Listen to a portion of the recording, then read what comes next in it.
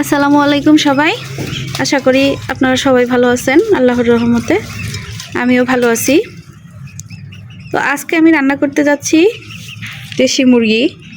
তো এই জায়গায় 3টা দেশি মুরগি আছে, সেই জায়গা থেকে একটা নিয়ে রান্না করা হবে। তো দেশি মুরগিগুলা আল্লাহর রহমতে সুস্থ সবলই আছে। এগুলা বাজার থেকে কিনে আনা হয়েছে, 4টা কিনে আনছে। ওই দিন রাত্রে একটা খাওয়া হয়েছে, আর বাকি 3টা আছে। এখন এখান থেকে একটা নিয়ে রান্না করব। তো কিভাবে রান্না করি, দেশি মুরগি আর সাথে আছে কলমির শাক দিয়ে, পাঙ্গাস মাছ দিয়ে। তো বন্ধুরা, তোমরা সবাই সাথেই থাকো আর দেখতে থাকো।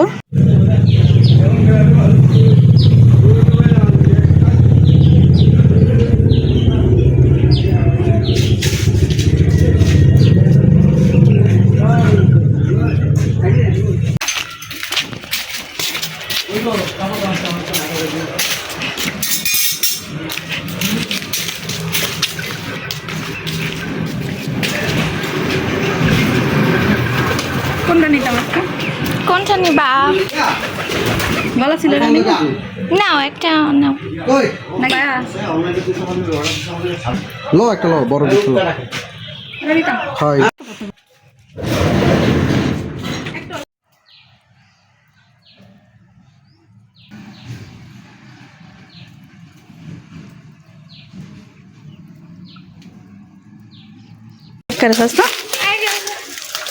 যাক নিয়ে আনিব। পানির ভিতরে চলে গেছে। মুরগি জবাই দিয়েছি, মুরগি একদম ওই জায়গা থেকে চলে এসে একদম এই জায়গায় এসে পড়ছে পানির ভিতরে।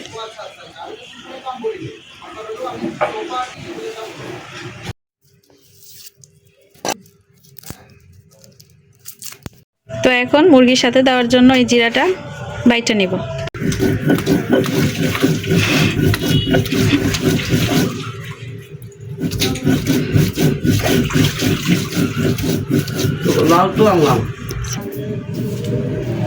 জিরাটা বাটা শেষ, এখন এই রসুন পেঁয়াজগুলা বাইটা নিব। এখানে রসুন পেঁয়াজগুলো বাইটা নিছি। এখানে আছে রসুন, পেঁয়াজ আর আদা একসাথে বাইটা নিছি। আর এই যে মুরগিটাও বাছা কাটা ধোয়া শেষ। তো চলো বন্ধুরা, এখন রান্না করি। কড়াইটা গরম হয়ে গেছে, এখন আমি তেল দিয়ে দিব।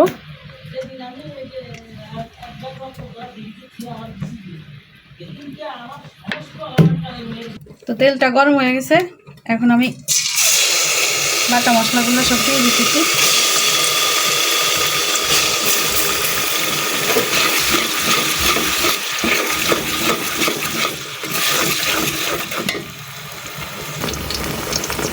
তো এবার দিয়ে দিব জিরা বাটা।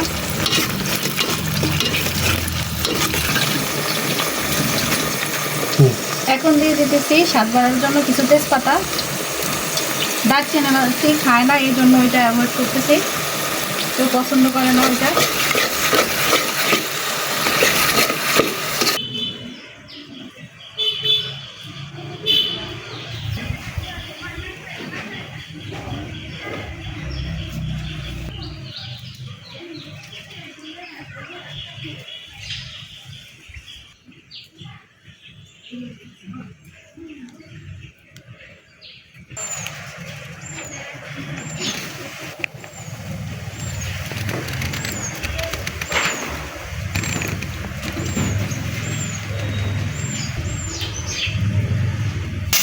মশলাগুলো একদম ভাজা ভাজা হয়ে গেছে।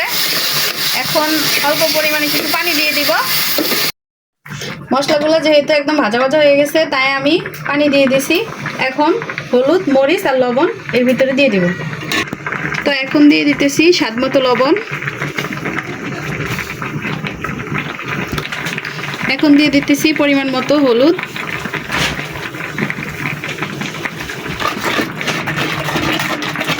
এবার দিয়ে দিতেছি পরিমাণ মতো মরিচের গুঁড়া।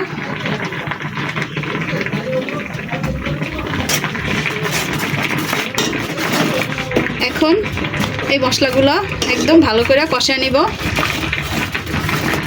তো বন্ধুরা, মশলাগুলো কষতে থাক।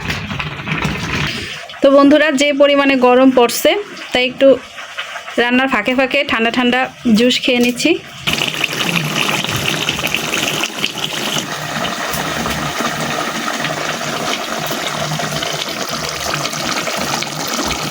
মশলাটা একদম কষা কষা হয়ে গেছে। এখন মুরগির মাংসগুলা এর মধ্যে দিয়ে দিব। তো মাংসটা এর ভিতরে দিয়ে দিছি। এখন কষা কষা হওয়ার জন্য ঢাকনা দিয়ে ঢেকে দিব।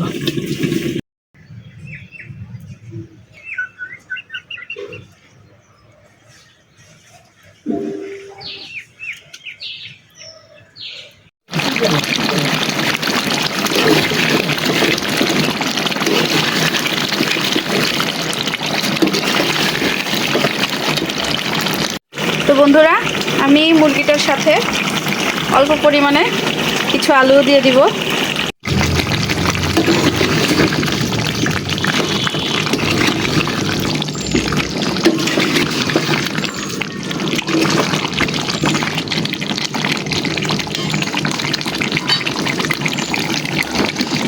তো আলুটা সহ মাংসটা আরও কষা কষা হওয়ার জন্য ঢাকনা দিয়ে ঢেকে দেব।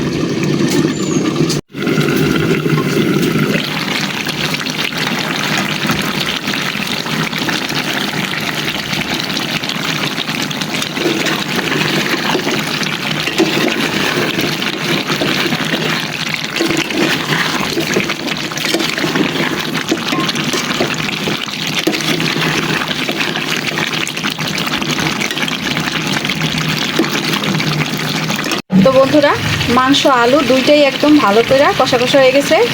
এখন আমি এর ভিতরে অল্প পরিমাণে একটু গরম পানি দিয়ে দিব, যাতে মাংস আর আলুটা একদম ভালোভাবে সিদ্ধ হয়ে যায়।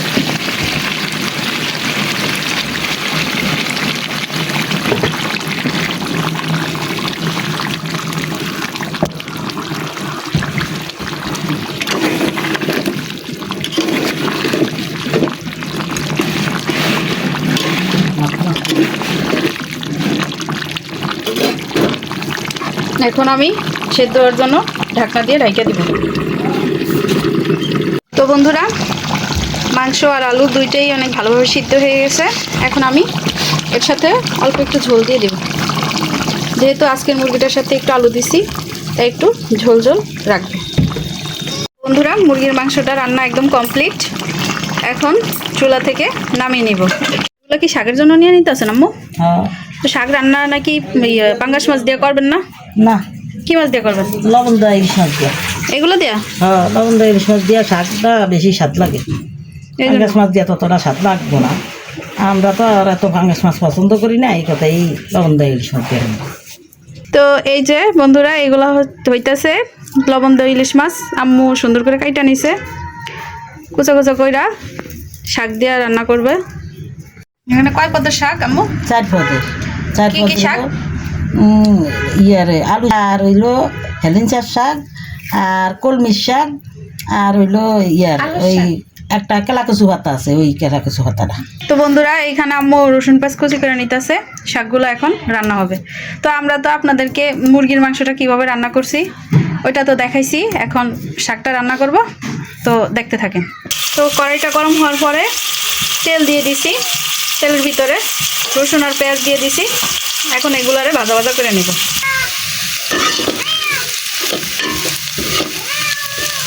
পেঁয়াজটা ভাজা ভাজা হয়ে গেছে। এখন কিছু পানি দিয়ে দিব অল্প করে।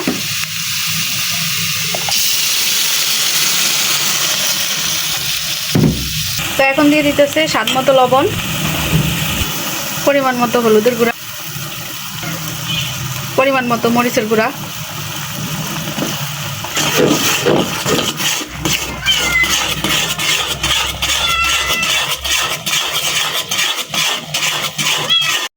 তো এখন মশলাগুলা কষা কষা হয়ে গেলে মাছগুলো দিয়ে দিব আম্মু।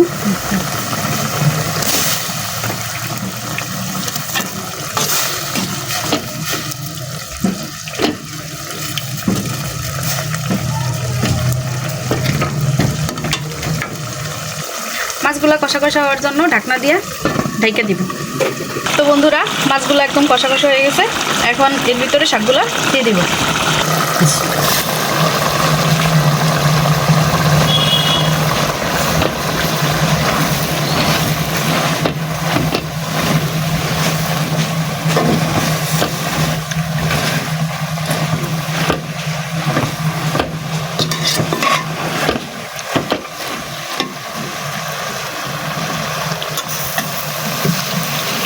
পাঁচমিশালি শাক এগুলি। পাঁচমিশালি শাক অনেক মজা। আমরা তো আগে পাঁচমিশালি শাক, এখন তো মনে করো আমাকে বাসা দেখি আমরা পাই, আমাকে বাড়ি নিজেকে সবাই তো আর পায় না, সবাই এইসব পাঁচমিশালি শাকের মজাটাও বোঝে না।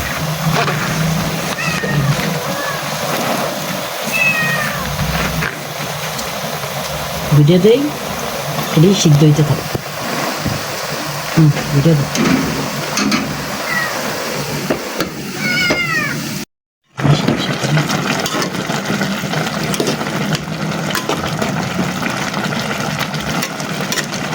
একেবারে এই যে শাক সিদ্ধ হইয়া পানি টাইম না, শাক শুকনা শুকনা মতন হয়ে যায়।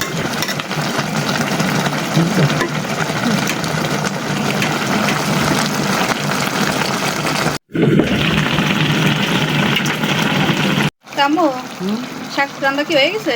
হ্যাঁ হয়ে গেছে। এখন কি নামাই নেবেন? হ্যাঁ।